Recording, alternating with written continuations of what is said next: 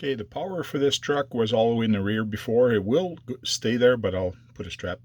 But the wire was actually soldered to the ESC, and I would say pretty bad connector. They didn't pre-thin their wire, so basically it was just wrapped around. It's okay, it works, but it might overheat. Now what I've done is I've installed a winch controller, and that needs to have power to it. So what I've done, I basically put some 3.5 bullets, and I use a little connector.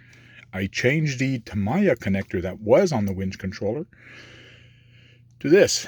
So now, and on the ESC, I've actually installed bullet again. And again, just so I repeat myself, when you connect a battery onto this, you want to make sure there's no short. So always make sure you put the female end on it. Now this one, the shrink wrap's a little short, but it's okay.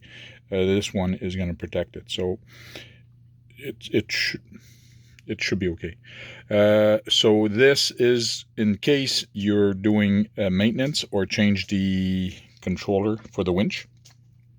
It's going to be easy to actually remove it. So everything is removable. You want to change the ESC, you take it off with the bullet connector. You want to remove the winch controller, you can always take it off. So nothing is permanently mounted on it. So it makes it easy for maintenance.